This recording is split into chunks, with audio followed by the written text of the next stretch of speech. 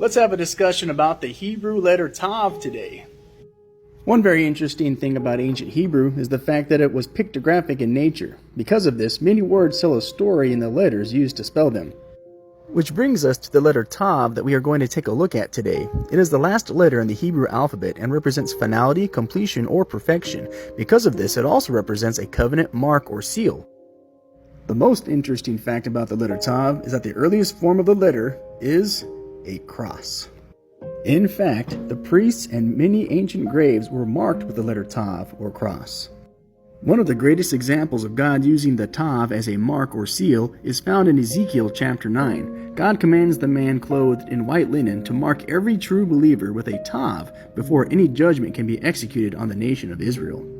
The most important words in the Hebrew language also point to amazing truths found in Jesus Christ. Take the word Torah, for example. The pictograph form of the word tells us to behold the man nailed to the cross. Or look at the tetragrammaton for the name Yahweh.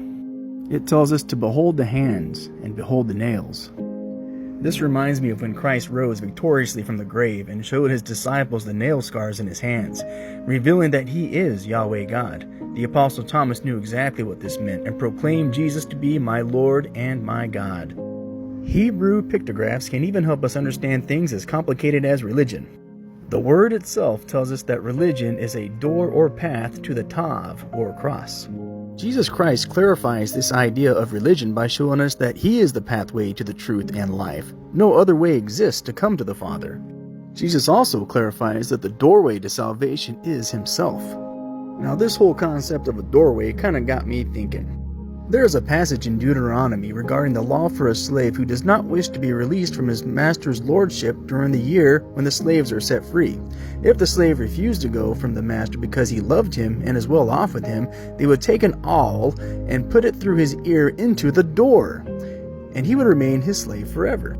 Now let's look at this law in the revelation of Jesus Christ. As followers of Jesus Christ, Christ commands us to keep his commandments, to hear his words like our ears are nailed to the doorway that is Christ. We are to become slaves to the will of Christ. Christ does not ask for anything that he hasn't done himself, for Paul reminds us that Christ humbled himself, emptying himself of his glorified status in heaven, and came to earth in the form of a slave to do only the will of the Father. That's right, the Greek word doulos used in Philippians means slave. So each believer is marked with the seal of the cross, the Tav. We pick up our cross daily and follow Jesus Christ, making his will our will. I have been crucified with Christ. It is no longer I who live, but Christ who lives in me. And the life I now live in the flesh, I live by the faith in the Son of God, who loved me and gave himself for me.